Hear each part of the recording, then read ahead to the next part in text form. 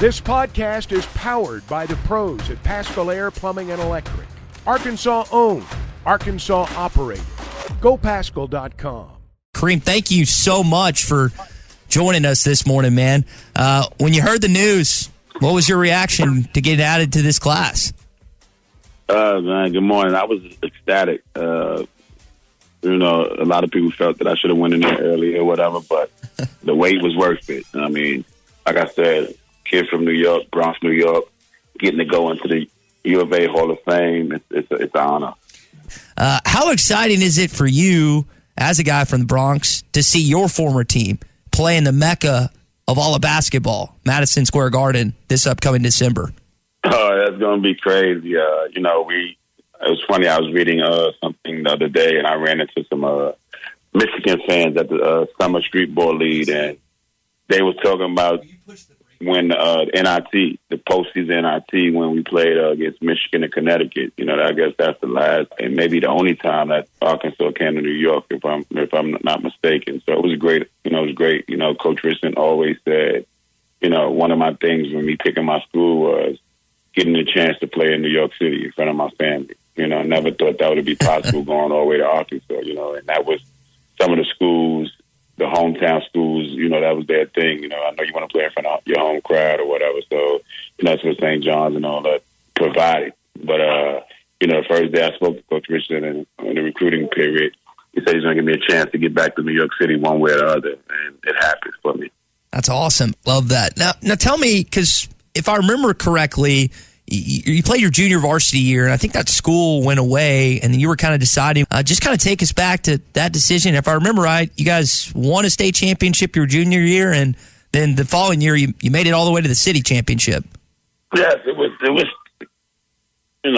Coming back, growing up in New York, the Catholic school was one of the hardest divisions in one of the top divisions in the country. So I went to the school called St. Nicholas Talentine that produced some great, like Adrian Autry, the coach of Syracuse, Brian Reed, and, rest in peace to Malik Silly, guys like that.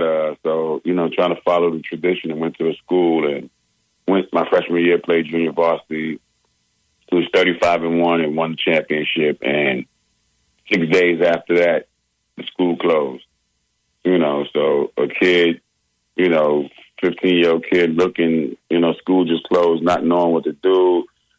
Visited 2 public schools for 2-3 days or whatever, but just knew, the lifestyle I was brought up in, I wasn't going to be able to make it in public school. And then the call came from St. Raymond's that he didn't want, out of 70 basketball players, he only wanted, Coach Jaseen's only wanted one guy, and that was me. So it was, wow, that was crazy, a kid that didn't really do anything or, played well on a stacked JV team. Getting the call from St. Raymond's, after that, it was crazy them winning the championship. So it was crazy going there my sophomore year, playing a little bit, playing in some big games, losing in the quarterfinal game. And as a sophomore, telling my guys, the next returning class right after the game that we was going to win it the next year.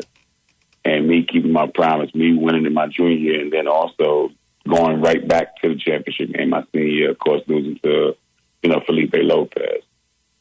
It was great. And then fast forward, me signing with Arkansas, and they winning the city championship. I mean, they winning the national championship, and me coming in as a freshman. So it was crazy. My freshman year in high school and my freshman year in college was kind of similar, running a championship team. We're talking with Kareem Reid. Kareem, you mentioned your conversations with Nolan Richardson, getting a chance to play in New York. Is it correct that you guys first met at the King Con Classic in Pine Bluff? It's about right. I guess the introduction, that was the first, time, that him seeing me, again. It's funny, my coach tells a story. He was at ABCD camp. It was lunchtime, and my coach was in there with a bunch of, he was also the camp director.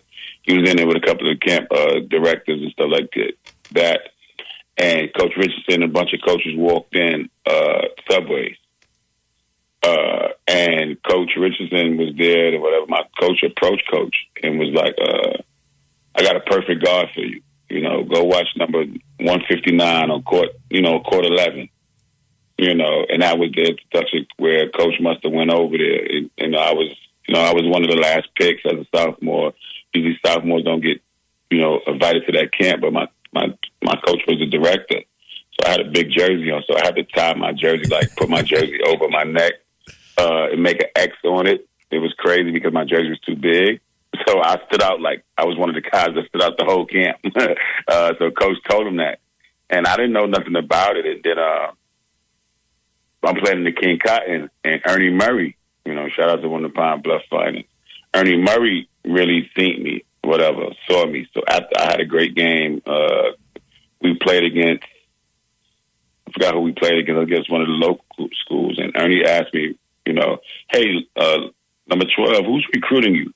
And I didn't have no idea at the time because my coach usually, give you a list for your junior year to the end of your junior year. So I had no idea who was recruiting me. So fast forward to the next day, we're playing against Fairleigh High School in Memphis. Mm-hmm.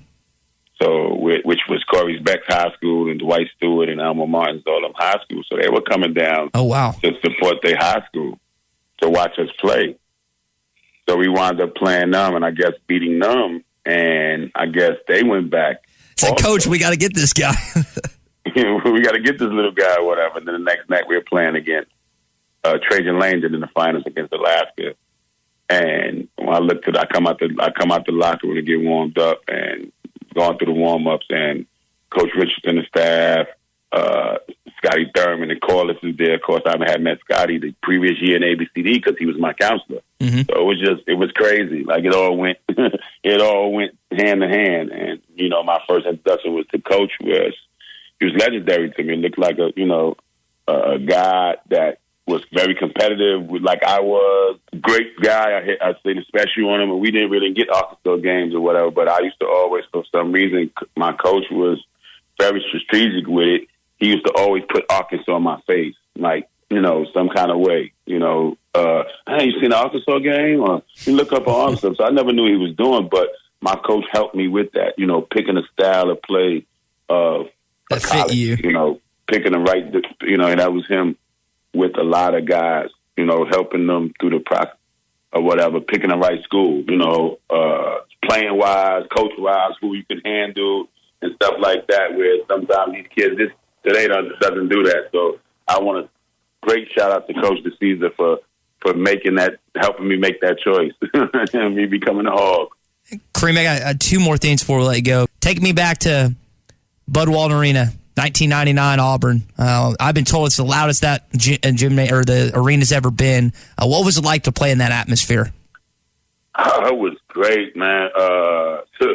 Because if you take it back to 1994, 95, I was at the Missouri game, University of Arkansas against Missouri, on ESPN the year I sat out. And I thought that was the loudest game as me being a spectator, not being able to play. And if you remember that, the electricity went out for a little while on ESPN. Yeah. And then you said fast forward to Auburn. Of course, Auburn, was one of the top teams in the country. Chris Porter, those guys or whatever. Think maybe they were one or two. It was senior night. We was coming off beating. I don't know how it went. I know we beat Auburn and Kentucky the same week. And it's a picture of me standing on the table in front of, I guess I was the first one, the guy to jump on the table and, take off my shirt and stuff like that. But we couldn't hear nothing. They were running plays and probably was like 10 shot clock violations from them because they didn't know what was going on. The crowd was tremendous.